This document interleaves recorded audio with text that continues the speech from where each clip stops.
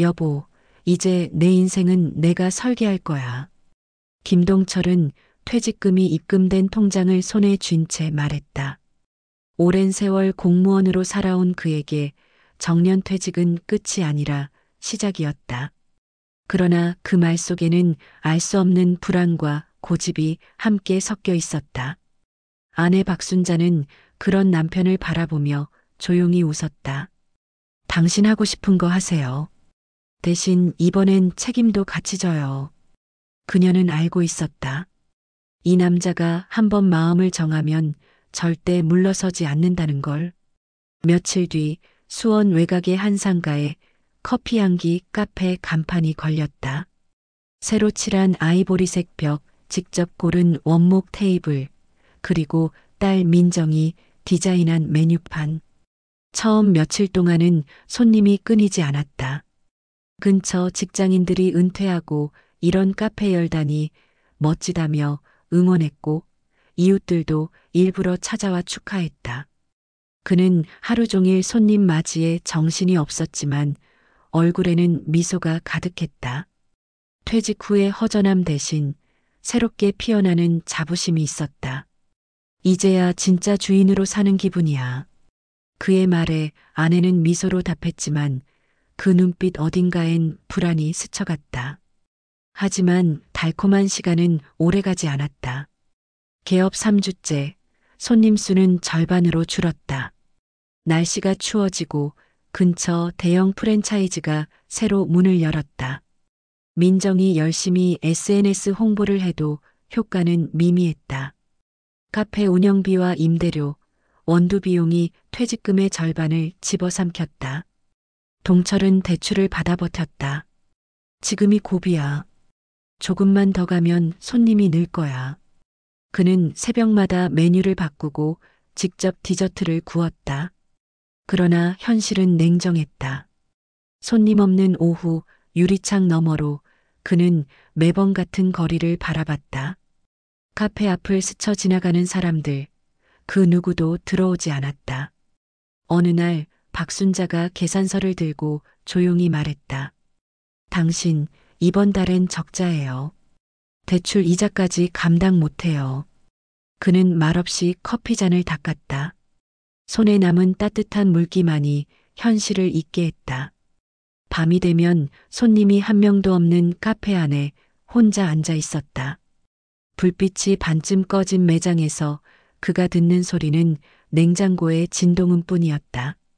벽시계의 초침이 유난히 크게 울렸다. 그는 잔을 닦던 손을 멈추고 창문에 비친 자신의 얼굴을 바라봤다. 눈가에 깊게 자리한 주름, 퇴직 후 생긴 흰머리, 그리고 초라한 웃음. 이게 내가 꿈꾸던 두 번째 인생이었나? 그의 속에서 무언가가 서서히 무너지고 있었다. 그날 밤 박순자는 침대 곁에 누워있지만 잠들지 못했다. 남편이 거실에서 커피 향 대신 술 냄새를 풍기며 한숨을 내쉬는 소리가 들렸다. 그녀는 조용히 눈을 감았다. 당신이 행복하길 바랐는데. 그 말이 입술에서 흘러나왔지만 남편은 듣지 못했다. 동철은 고개를 떨군 채 한 잔의 커피를 바라보고 있었다. 그의 인생이 식어버린 커피처럼 천천히 식어가고 있었다. 아침부터 우편함에 낯선 봉투가 꽂혀 있었다. 연체 고지서라는 붉은 글자가 눈에 들어왔다. 김동철은 서류를 펼쳐보다가 손이 덜덜 떨렸다. 이게 몇 번째야. 그가 중얼거리자 부엌에서 밥을 짓던 아내 박순자가 나왔다. 또야? 이제 제발 현실 좀 봐요. 이러다 집까지 넘어가겠어요. 박순자의 목소리는 간절했지만 동철의 귀에는 잔소리처럼 들렸다. 그는 억눌러왔던 자존심이 무너지는 기분을 느꼈다. 평생 가족 위에 일했는데 한 번쯤 내 인생 살아보는 게 그렇게 잘못이야? 박순자는 잠시 입을 다물었다. 그 말 속의 울림이 슬펐다. 그러나 그 울림 뒤에는 두려움이 있었다. 그녀는 조용히 밥솥 뚜껑을 닫았다. 가족이 무너지면 그 인생이 무슨 소용이에요. 그날 오후 카페는 여전히 썰렁했다. 간판 밑에는 낙엽이 수북히 쌓여 있었고 테이블 위엔 먼지가 내려앉았다. 한때 활기찼던 공간이 이제는 동철의 고독을 담는 상자 같았다. 그는 커피를 내리는 손마저 떨렸다. 손님은 하루 5명 남짓, 그조차도 잠시 들러 커피 한 잔만 마시고 나갔다. 그는 그 잔을 바라보며 한숨을 내쉬었다. 그 순간 옆 가게에서 들려오는 웃음소리가 그의 귓가를 찔렀다. 요즘은 프랜차이즈 아니면 다 망하죠. 누군가의 농담 섞인 말이었지만 동철의 가슴에는 비수처럼 박혔다. 밤이 되자 박순자는 장부를 들고 다시 계산기를 두드렸다. 이거 봐요. 이번 달 적자 300만 원이에요. 카드 빚은 어떡하려고요? 그녀의 손끝이 미세하게 떨렸다. 동철은 눈을 감고 커피잔을 들었다.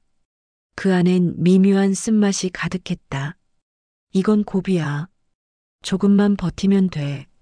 그는 스스로를 달래듯 말했다. 하지만 박순자는 더 이상 믿을 수 없었다. 그녀는 조용히 장부를 덮고 방으로 들어갔다. 며칠 뒤 빗방울이 내리던 오후였다.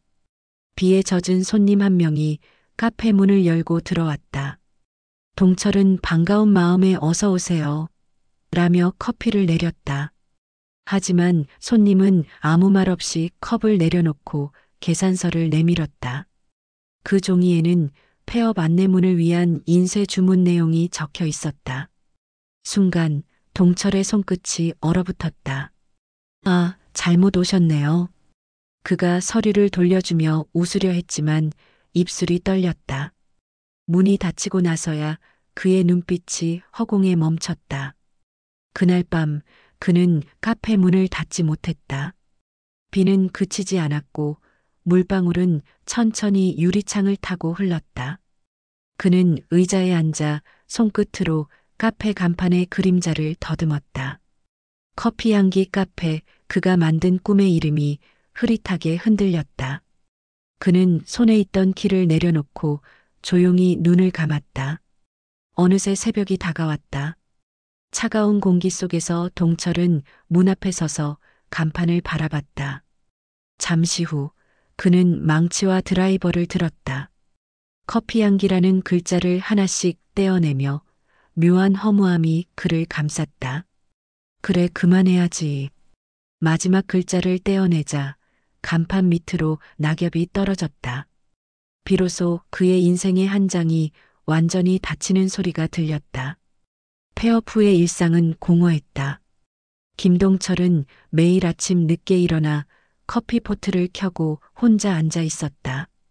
카페 문을 닫은 지 일주일이 지났지만 그의 머릿속엔 여전히 기계 돌아가는 소리가 맴돌았다. 이대로 다시 시작할 수 있을까? 그는 텅 빈 거실을 둘러보며 자신에게 물었지만 대답은 돌아오지 않았다. 한때 손님들로 북적이던 공간이었던 집은 이제 그에게 감옥 같았다. 아내 박순자는 조용히 설거지를 하며 남편을 힐끗 바라봤다. 그녀는 알고 있었다. 이 침묵이 폭풍의 전조라는 것을. 이제 뭘 할 거예요? 그녀의 질문은 담담했지만 그 속엔 절박함이 담겨 있었다. 좀 쉬자. 평생 일했는데 이제 좀 쉴 자격은 있잖아. 남편의 대답은 무기력했고 그녀의 인내는 그 순간 끊어졌다. 당신은 실패를 인정할 줄도 모르네요. 우리가 지금 무슨 처지인지 알아요? 박순자의 목소리는 높아졌고 동철은 고개를 돌렸다. 당신은 늘 그렇게 나를 깎아내리기만 하지. 나는 살려고 하는 거예요. 빚에 허덕이면서 무슨 자존심 타령이에요. 거실 공기가 팽팽하게 얼어붙었다. 둘 사이에는 오랜 세월의 정 대신 무거운 침묵이 흘렀다. 그날 밤 박순자는 거실 바닥에 앉아 있었다. 앞에는 여행용 가방이 놓여 있었다.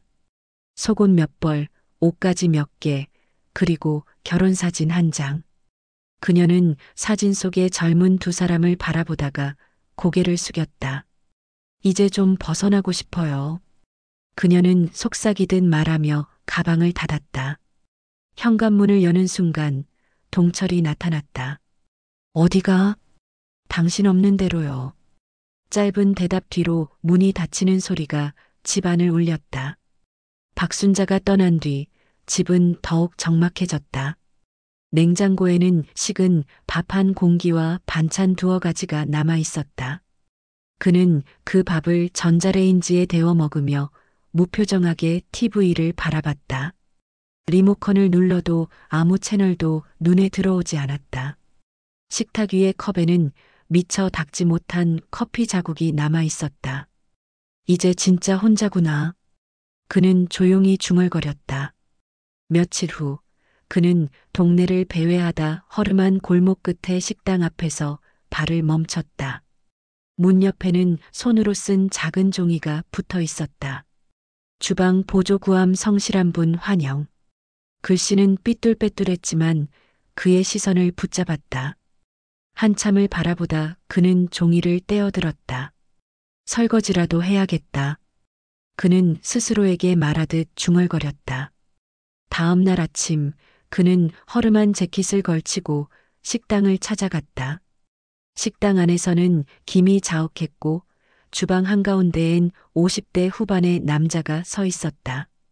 그가 바로 이사장이었다. 공무원 출신이라고요? 설거지 괜찮겠어요? 예, 뭐든 하겠습니다. 이사장은 잠시 그를 바라보다가 고개를 끄덕였다. 좋아요. 내일부터 나와요. 주방은 말보다 손이 먼저거든. 그 말에 동철은 조용히 고개를 숙였다. 그의 손끝이 미세하게 떨렸다. 마치 새로운 세상에 첫 발을 내딛는 듯했다. 그날 밤 그는 오랜만에 깊은 숨을 내쉬었다. 침대맡의 시계 초침 소리가 선명하게 들렸다. 내일부터 다시 시작이다. 그의 입가에 희미한 미소가 번졌다. 지금껏 무너졌던 자존심 대신 아주 작은 의지가 피어나고 있었다. 그리고 그는 눈을 감았다.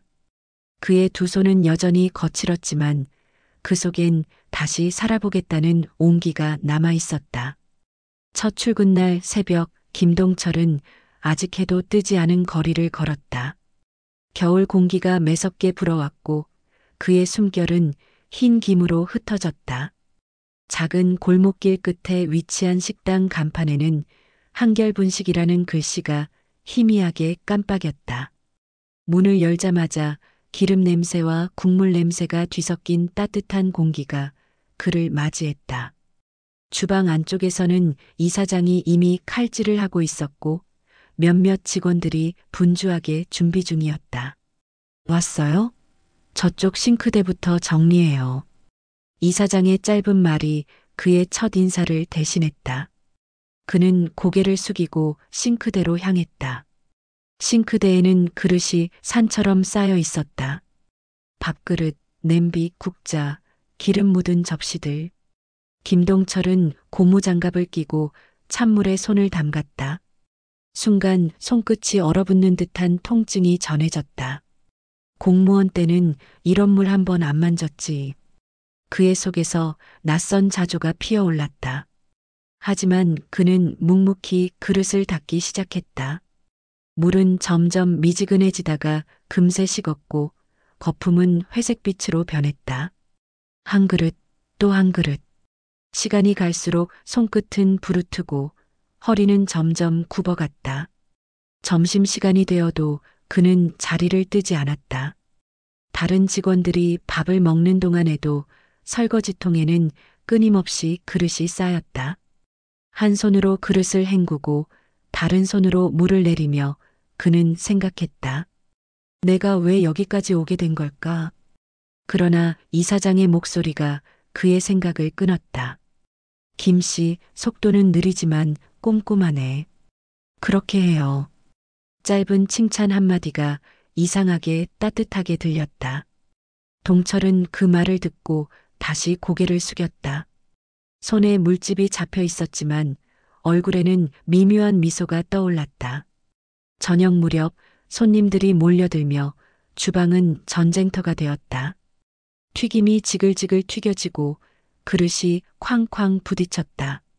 젊은 직원 하나가 실수로 접시를 떨어뜨리자 이사장이 큰 소리로 호통을 쳤다. 그 순간 동철이 얼른 앞으로 나와 유리 조각을 주워 담았다. 괜찮습니다. 제가 치울게요.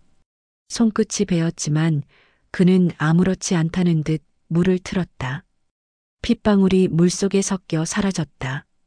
그를 바라보던 한 직원이 중얼거렸다. 은퇴하고도 저렇게 일할 수 있을까? 그 말은 칭찬이었지만 동시에 부끄러움이 섞여 있었다.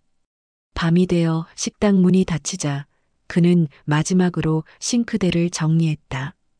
손은 퉁퉁 부어 있었고 허리에는 통증이 밀려왔다. 그러나 그 통증 속에서 이상하게 살아있다는 느낌이 들었다. 이사장은 퇴근 준비를 하며 말했다. 오늘 하루 고생했어요. 내일은 좀 더 일찍 와요. 그는 짧게 대답했다. 예, 알겠습니다. 문을 나서자 찬 공기가 그의 얼굴을 스쳤다. 거리의 가로등 불빛이 희미하게 흔들렸다. 그는 그 불빛 아래서 잠시 멈춰섰다. 그래, 다시 시작이야. 그의 속에서 작은 불씨가 피어올랐다. 집으로 가는 길 손바닥이 쓰라렸지만 마음 한켠은 이상하게 따뜻했다. 오늘 하루의 수고가 어쩌면 내일의 희망으로 이어질지도 모른다는 생각이 들었다. 그는 허름한 점퍼 주머니에 손을 넣고 하늘을 올려다봤다. 별빛이 희미하게 반짝였다. 그는 작게 웃었다.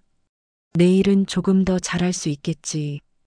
그 미소 속에는 다시 살아보겠다는 의지가 조용히 스며 있었다. 겨울이 지나고 봄이 찾아왔다. 김동철은 여전히 누구보다 일찍 출근했다. 해가 뜨기 전 식당 문을 열면 아직 식지 않은 기름 냄새와 김이 그를 맞이했다. 그는 조용히 불을 켜고 싱크대를 닦았다. 차가운 물에 손을 담그는 건 이제 더 이상 고통이 아니었다. 굳은 살이 박인 손바닥은 어느새 주방의 리듬을 기억하고 있었다.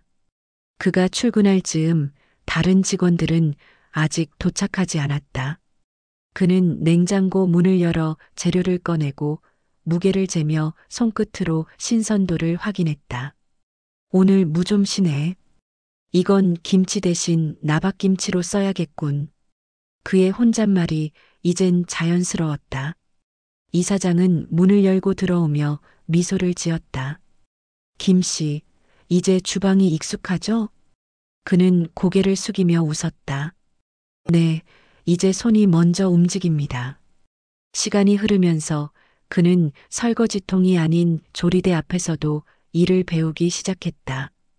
젊은 직원들이 지쳐 있을 때면 조용히 대신 채소를 다듬고 반찬을 담았다.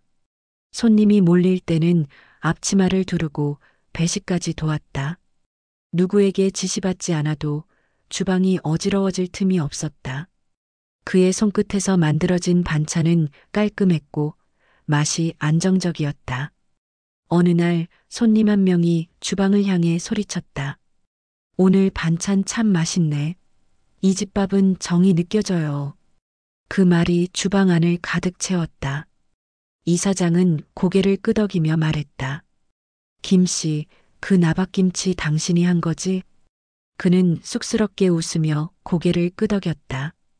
그날 이후 그는 이사장으로부터 반찬 담당이라는 새로운 책임을 맡게 되었다.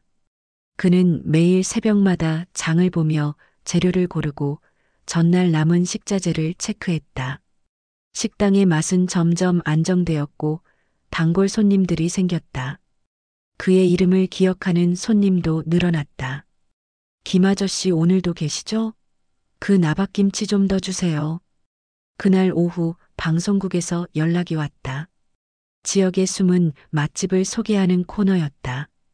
촬영팀이 도착하자 주방은 분주해졌고 카메라 불빛이 식당을 밝게 비췄다.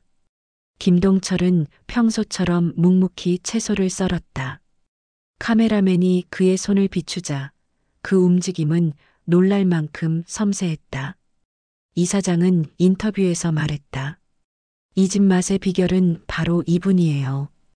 은퇴 후에도 묵묵히 일하는 진짜 장인입니다. 자막에 김동철, 반찬 담당이라는 글씨가 잠시 떠올랐다. 그날 밤 집에서 텔레비전을 보던 박순자는 리모컨을 손에서 떨어뜨렸다. 화면 속 남편은 하얀 앞치마를 두르고 진지한 표정으로 나무를 묻히고 있었다. 그의 얼굴엔 피곤이 묻어 있었지만 그 눈빛은 살아 있었다. 박순자는 눈가를 훔쳤다. 당신 아직 저렇게 빛나네. 한동안 텔레비전을 바라보던 그녀는 천천히 일어났다. 휴대폰을 들어 딸 민정에게 전화를 걸었다. 민정아, 내 아빠 좀 보러 가자. 한편 식당 문을 닫은 김동철은 조용히 주방 불을 껐다. 하루 종일 불빛 아래에서 일했던 손이 여전히 뜨거웠다. 그는 설거지통에 손을 담그며 고요히 속삭였다. 이제야 조금 사람답게 사는 것 같네. 그의 손끝을 따라 물방울이 흘렀다. 그 물은 차가웠지만 그의 가슴은 오랜만에 따뜻했다. 그날은 평소보다 손님이 많았다. 점심 피크 타임이 지나도 사람들의 발길은 끊이지 않았다. 김동철은 식판을 정리하고 남은 반찬을 담으며 숨을 고르고 있었다. 이사장은 그에게 눈짓을 했다. 김씨, 오늘 반찬 맛 좋았어. 손님들이 칭찬하더군. 그는 짧게 웃으며 고개를 숙였다. 감사합니다. 그의 이마에는 땀이 맺혀 있었지만 그 땀방울엔 어느새 자존심이 스며 있었다. 주방 문틈으로 한 여자가 조심스레 고개를 내밀었다. 민정이었다. 그녀는 망설이며 안쪽을 바라봤다. 아버지는 여전히 설거지통 앞에 서 있었다. 흰 앞치마는 물에 젖어 있었고 손은 거칠게 갈라져 있었다. 그녀의 눈가가 붉어졌다. 아빠. 그 한마디가 공기처럼 주방 안에 스며들었다. 김동철은 고개를 들었다. 그는 순간 말을 잃었다. 손에 들고 있던 그릇이 미끄러질 뻔했지만 곧 단단히 붙잡았다. 둘의 시선이 마주쳤다. 이사장은 조용히 다른 직원들에게 눈짓을 했다. 밖으로 나가자. 잠깐 쉬자. 직원들이 조용히 나가며 주방 문이 닫혔다. 그 안에는 오랜 시간 동안 멀어졌던 부녀만이 남았다. 민정은 천천히 다가왔다. 그녀는 주방 냄새와 기름기 속에서 아버지의 채취를 느꼈다. 한때 집안의 중심이던 남자가 이제 식당 주방에서 묵묵히 일하고 있었다. 그녀는 말없이 손을 내밀었다. 그의 손은 거칠고 단단했다. 그녀의 손은 따뜻하고 부드러웠다. 그 두 손이 맞닿는 순간 오랜 시간의 거리감이 녹아내렸다. 괜찮아요, 아빠. 이 길이 틀린 게 아니었어요. 그녀의 목소리는 떨렸지만 단단했다. 퇴근 무렵 식당 문이 다시 열렸다. 그곳에 서 있는 이는 박순자였다. 그녀는 남편을 잠시 바라보다 고개를 숙였다. 이제 같이 집에 가요. 그 말 한마디에 김동철은 아무 말도 하지 못했다. 그의 손끝이 다시 떨렸다. 잠시 후 그는 앞치마를 벗어걸고 고개를 끄덕였다. 그래요, 가죠. 그는 오랜만에 부인의 손을 잡았다. 집으로 돌아가는 길, 세 사람은 말이 없었다. 하지만 침묵 속엔 무거운 후회 대신 작은 평화가 깃들어 있었다. 집안의 불을 켜자 따뜻한 빛이 번졌다. 박순자는 부엌으로 가서 밥을 차렸다. 민정은 조용히 숟가락을 놓고 김동철은 그 옆에 앉았다. 식탁 위엔 반찬 3가지가 올려져 있었다. 김치, 계란말이, 멸치볶음. 소박했지만 그보다 따뜻한 밥상은 없었다. 아빠, 이 반찬은 직접 한 거죠? 민정의 물음에 그는 천천히 고개를 끄덕였다. 그래. 일하면서 배웠지. 그는 밥 한 숟가락을 떠 입에 넣었다. 그 맛은 짠맛도 단맛도 아니었다. 단지 오래된 그리움이 혀끝에 스며드는 듯했다. 세 사람은 아무 말 없이 밥을 먹었다. 하지만 그 침묵은 외로움이 아니라 다시 이어진 인연의 온기였다. 그날 밤 박순자는 불 꺼진 거실에 앉아 남편을 바라봤다. 그는 피곤했지만 편안한 얼굴로 숨을 고르고 있었다. 그녀는 마음속으로 중얼거렸다. 이제야 우리 집이 돌아왔네요. 그리고 조용히 등을 기대었다. 창밖으로는 봄비가 내리고 있었다. 그 빗소리는 마치 잃었던 시간이 다시 흘러가기 시작한 듯 들려왔다. 봄이 완연히 물든 어느 날 아침, 김동철은 평소처럼 일찍 출근했다. 그러나 오늘은 공기가 달랐다. 식당 앞에는 임시유무 종이가 붙어 있었고 문 안에서는 이사장이 무거운 얼굴로 앉아 있었다. 김 씨 앉아요. 그 말투엔 언제나의 단호함 대신 묘한 여운이 섞여 있었다. 내가 이제 그만하려고 해요. 몸도 예전 같지 않고 가게도 맡길 사람을 찾아야 할 것 같아서. 김동철은 순간 말을 잃었다. 그의 눈앞에 오랜 시간의 풍경들이 스쳤다. 첫날의 설거지통, 물집 잡힌 손, 그리고 이제 익숙해진 조리대. 그럼 이제 이 식당은? 당신이 맡아요. 다들 그래요. 김 씨만큼 이 집을 잘 아는 사람은 없다고. 그 말에 김동철은 아무 대답도 하지 못했다. 그저 두 손을 무릎 위에 올린 채 멍하니 앉아 있었다. 그가 꿈꾸던 인생의 두 번째 무대가 이제 완전히 그의 손에 주어지고 있었다. 그러나 동시에 또 실패하면 어쩌지라는 두려움이 마음 깊숙이 올라왔다. 이사장은 그의 망설임을 읽은 듯 미소 지었다. 이번엔 혼자가 아니잖아요. 그 말이 그의 마음을 울렸다. 며칠 뒤 가게는 새 간판을 달았다. 행복식당 아내 박순자가 직접 고른 이름이었다. 간판의 흰색 글씨는 소박했지만 햇살 아래 빛이 났다. 오픈 첫날 가족 셋은 새벽부터 가게 문을 열었다. 박순자는 주방 옆에서 밥을 짓고 민정은 계산대에서 손님을 맞았다. 그리고 김동철은 익숙한 앞치마를 두르고 반찬을 담기 시작했다. 이제 진짜 우리 식당이네.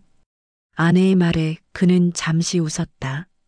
그래, 이번엔 가족이 함께하니까 무서울 게 없어. 점심시간이 되자 손님들이 몰려들었다. 이전보다 더 분주했지만 주방에는 활기가 돌았다. 박순자가 밥을 푸고 민정이 주문을 받는 동안 김동철은 반찬을 나눴다. 손님들이 이 집은 마음이 담긴 맛이네요. 라며 웃을 때마다 그는 고개를 숙여 감사 인사를 건넸다. 하루 종일 이어진 손님 행렬에 세 사람은 정신이 없었지만 피로 대신 기쁨이 밀려왔다. 영업이 끝난 밤 세 사람은 함께 의자에 앉아 국물 한 모금을 나눴다. 이 맛이 바로 사는 맛이지. 그의 말에 아내와 딸은 미소 지었다. 며칠 뒤 식당은 동네의 명소가 되었다. 한적하던 골목길이 손님들로 북적였고 근처 주민들이 행복식당 밥 먹으러 가자며 서로 불렀다. 그의 반찬은 집밥 같은 맛으로 입소문이 났다. 신문에 짧게 소개되고 SNS에도 가게 사진이 올라오기 시작했다. 김동철은 바빠진 주방 속에서도 늘 같은 마음으로 일했다. 그는 손님이 남긴 빈 그릇을 닦을 때마다 속삭였다. 오늘도 고맙습니다. 그의 목소리엔 진심이 담겨 있었다. 하루는 단골 손님 한 명이 물었다. 사장님, 예전엔 뭐 하셨어요? 그는 잠시 멈칫하다가 웃었다. 인생 공부요. 오래 했습니다. 손님이 웃자 그는 그 웃음을 따라 미소 지었다. 그의 얼굴엔 세월의 주름이 있었지만 그 주름 사이로 삶의 빛이 흘렀다. 그날 밤 식당 문을 닫으며 그는 간판을 올려다봤다. 행복식당, 그 글자는 이제 단순한 상호가 아니었다. 그의 인생, 가족의 재회, 그리고 다시 일어선 한 남자의 증거였다. 그는 조용히 불을 끄며 속삭였다. 이번엔 절대 놓치지 않겠다. 그의 손끝에 남은 미지근한 기름기조차도 이제는 삶의 온기처럼 느껴졌다. 저녁이 깊어갈 무렵 행복식당의 마지막 손님이 문을 나섰다. 김동철은 조용히 고개 숙여 인사했다. 오늘도 감사합니다. 조심히 가세요.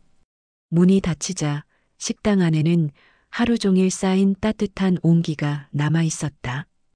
기름 냄새와 밥 냄새, 그리고 웃음소리가 뒤섞여 공기 속에 녹아 있었다. 그는 천천히 창문을 열었다. 붉게 물든 노을빛이 주방의 스테인리스 그릇 위에 부드럽게 내려앉았다. 그 빛이 마치 그의 지난 세월을 위로하듯 따스했다. 아내 박순자는 커피 2잔을 들고 다가왔다. 당신, 이젠 정말 사장님 다 됐어요. 그는 커피를 받아들며 웃었다. 사장이면 뭐해, 여전히 손님한테 혼나고 설거지도 하는데. 박순자는 그 웃음에 따라 웃었다. 그래도 그게 당신이잖아요. 짧은 대화 속에 흐르는 평온함은 그 어느 때보다 단단했다. 민정이 계산대 옆에서 영수증을 정리하며 말했다. 아빠, 오늘 매출이 최고예요. 벌써 예약 전화도 몇 통 왔어요.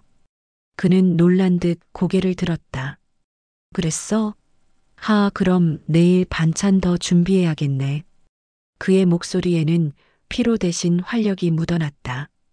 그는 냉장고 문을 열고 재료를 점검했다. 싱싱한 채소와 정갈이 정리된 반찬통을 바라보며 그는 미소 지었다. 이제야 내가 내 자리를 찾았구나.